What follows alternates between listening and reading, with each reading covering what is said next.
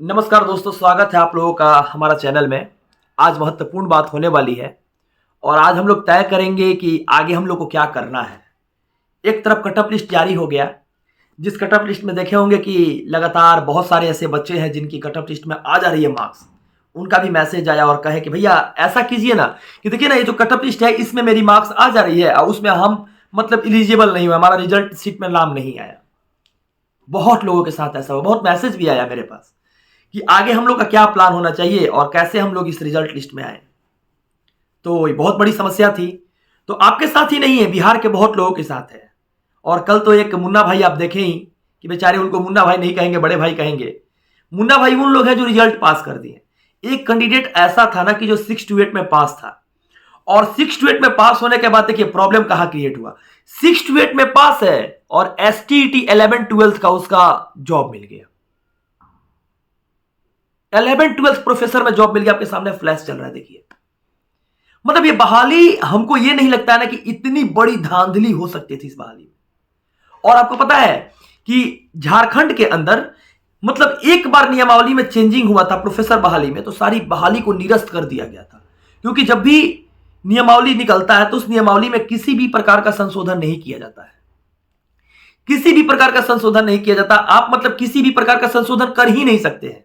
लेकिन हमारी नियमावली में कितनी प्रकार के संशोधन हुई आप देखिए। सबसे पहले वैकेंसी निकला। वैकेंसी निकलने के बाद अपेयरिंग को मौका दिया गया। अपेयरिंग को मौका देने के साथ साथ धीरे धीरे आगे बढ़ते गया। फिर क्या हुआ, डोमिसाइल नीति को पूर्ण रूप से खत्म कर दिया गया। उसके बाद क्या हुआ, उसके बाद से निगेटिव मार्किंग को पूर्ण रूप से खत्म कर दिया गया। उसके बाद क्या हुआ, लगातार संशोधन होते रही। लगभग 23 प्रकार की संशोधन इसमें हुई थी। देश के आजाद होने के 75-80 साल बाद भी जितना संविधान में संशोधन नहीं हुआ है ना, उतना इस नियमावली में संशोधन हो चुका है। और पता है संशोधन होने के बाद क्या मिला, सीटेट फेल कैंडिडेट को आपको डॉक्यूमेंट वेरिफिकेशन कराने में मौका मिल रहा है। और लगातार तमाम जगह पर देखे होंगे जिसका पास नहीं किए हैं, कोई कोई तो पेपर में क्रॉस किसी किसी का लग गया है, उसको भी डॉक्यूमेंट वेरिफिकेशन हो रहा है, वो भी वेरीफाइड हो जा रहा है। और ये चीज हम नहीं कहते हैं, पूरा न्यूज चैनल भारत का कह रहा है। किसी भी न्यूज चैनल पे खोलिएगा, बीपीएससी के हेड के सामने देखिए लगातार आंदोलन हो रहा है। आखिर सब कुछ सही रहता तो यह आंदोलन होता नहीं ना होता। तो यहां पर लगातार देखिए, अब इसमें जबकि हम भी 1 to 5 में एलिजिबल नहीं है, हम बीएड कैंडिडेट हैं, लेकिन हमारी मांग ये है ना कि 1,30,000 वैकेंसी आने वाली जो है आप लोग के लिए, अगर ये बहाली रद्द हो जाती तो 1,30,000 पर वैकेंसी आएगी। क्योंकि हम इसलिए 1,30,000 बोलते हैं, हमारा मानना क्यों 1,30,000 हम बता देते हैं। क्योंकि जो हम लोगों ने जुलाई में निकलवाया था ना वो डेट शीट, तो वो डेट शीट के अनुसार आपको पता होगा कि जो बहाली आई थी, जो नियोजन होने के लिए 7वां चरण का, दीपक कुमार सर के लेटर से जो निकला हुआ था बहाली का, तो उसमें पता है क्या हुआ था। उसमें ना उस समय 1,15,000 लगभग बहाली का आप लोग का था कि 1 to 5 में 1,10,000 15,000 सीट देंगे हम। और सीट देने के बाद पता है ये इसमें क्या दिक्कत हुआ है, इसमें क्या हुआ कि मतलब सीट तो दे दी 1,15,000, लेकिन इसमें 80,000 सीटों पर बहाली हुई है। और 10% नियमावली में जो है आप लोगों को मात्र बाहरी कैंडिडेट को मिलना चाहिए, ओनली 10% या 5%। आप लोग की हक की लड़ाई है और आप लोग ही जीतेंगे। एक चीज पता है और आपको बताते हैं कि अगर इस बार बहाली में आप लोग को मौका नहीं मिला ना, 5 साल और इंतजार करना पड़ेगा, 6 साल। क्योंकि इलेक्शन में ही आता है ना। और आपकी बहाली के प्राइमरी का चर्चा ना यहां पर देखिएगा नहीं किया गया है, नहीं किया गया है। आपकी चर्चा को कभी कोई नहीं किया है। और आपकी चर्चा को कोई किया रहता ना तो कोई तरह का दिक्कत नहीं होता। लेकिन यहां पर ना आप लोग बंध चुके हैं। किस लिए बंध चुके हैं बता देते हैं। इसलिए बंध चुके हैं ना कि इसके बाद आपकी वैकेंसी आएगी ही नहीं। तो मैटर यही नहीं फंसता है। अब देखिए कि सुप्रीम कोर्ट के लिए टीम जा रही है, जो टीम पूरा बीएड कैंडिडेट से जीती थी, और जो टीम धनंजय भाई और वीर सिंह के नेतृत्व में जो पूरे भारत में जीत मिला था, राजस्थान हाईकोर्ट से लेकर और भी सारे कोर्ट को, मतलब उन लोगों ने चुनौती देकर वहां पर जीत हासिल किया था। और भारत सरकार का गजट उन लोगों ने बदल दिया। भारत सरकार का गजट, जिसे 2018 में गजट लाई गई थी भारत सरकार की तरफ से, जिसपे राष्ट्रपति का सिग्नेचर होता है, उस चीज को क्वैश कर दिया गया। मतलब बीएड कैंडिडेट जो थे 1 to 5 से बाहर हो गए, जिसमें हम भी बाहर हुए। तो मान लीजिए कि कोई भी लूपहोल होता है तो वो सुप्रीम कोर्ट निकाला, वो तो हम हमारे सपोर्ट करने और नहीं करने से तो होगा नहीं। वही दोनों इंसान इस नियमावली को क्वैश करने के लिए आगे बढ़े हैं, आगे बढ़े हैं, पूर्ण रूप से आगे बढ़े हैं। लेकिन आप लोग का साथ का जरूरत है। अगर आप लोग इसमें देखिए, पिछला बार हम लोगों ने जो वोटिंग करवाया था, उस वोटिंग में आप लोगों ने पूर्ण रूप से पुरजोर तरीके से सपोर्ट भी किया। आप लोग मिलकर 20,000 25,000 लोगों ने वोट भी किया। अब एक बहुत बड़ा एडवोकेट रखने के लिए लगभग 1,500 2,000 कोई बड़ा चीज नहीं होता है। आप लोग उम्मीद करते हैं कि अपनी जिंदगी की आखिरी लड़ाई लड़िएगा, जो वही लोग नेतृत्व कर रहे हैं उन्हीं लोग के नेतृत्व में कीजिएगा और फंडिंग भी कीजिएगा, क्योंकि हम भी फंडिंग किए हैं। मेरा मानना है कि अगर लास्ट मौका आप लोग को मिले तो मिलना चाहिए, क्योंकि ये नियोजित शिक्षकों की जॉब नहीं है और उन लोगों की जॉब नहीं है जो सीटेट में फेल है, उनके डॉक्यूमेंट वेरीफाइड हो जा रहा है।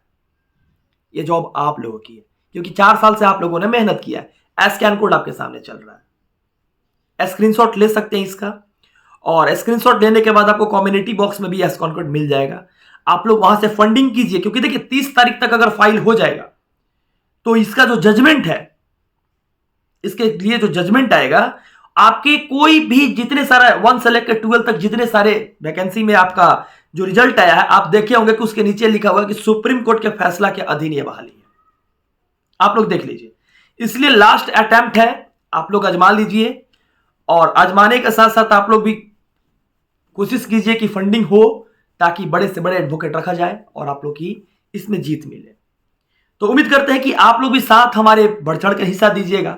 और जिसमें कोई बहुत लोग कहते हुए कि सत्यम पैसा कमा रहा है, मतलब पैसा वैसा ले रहा है, तो हमारी अकाउंट नहीं है। आप लोग कोई भी देखिए, कोई भी समर्थन जो होता है, कोई भी टीम होता है, जहां पर जनहित की बात आती है, तहां पर सत्यम खड़ा रहता है और कल भी खड़ा था। लगातार प्रशासन के दबाव और लगातार आपके ऊपर, आपके लोगों के परिवार के ऊपर दबाव जो मिल रही है, जो घर में पड़ोसी से, दुनियादारी लोगों से ताना सुनने के लिए मिल रहा है, हम ये नहीं मानते हैं कि मतलब एक मौका है तो इसको गंवाना चाहिए।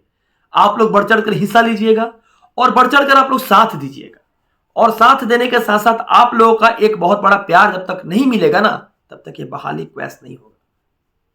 ध्यान रखिए, सरकार अपना तानाशाही व्यवहार लाए। इसी तरह से ईडब्ल्यूएस में पासवान को लाने की क्या जरूरत थी?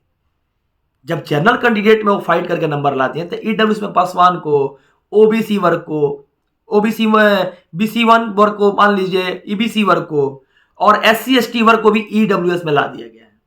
मतलब कहने का मतलब ये नहीं है कि ईडब्ल्यूएस में ला दिया गया है उनके साथ, अरे भैया ठीक है, किसी के कैटेगरी के साथ तो खिलवाड़ नहीं करना चाहिए।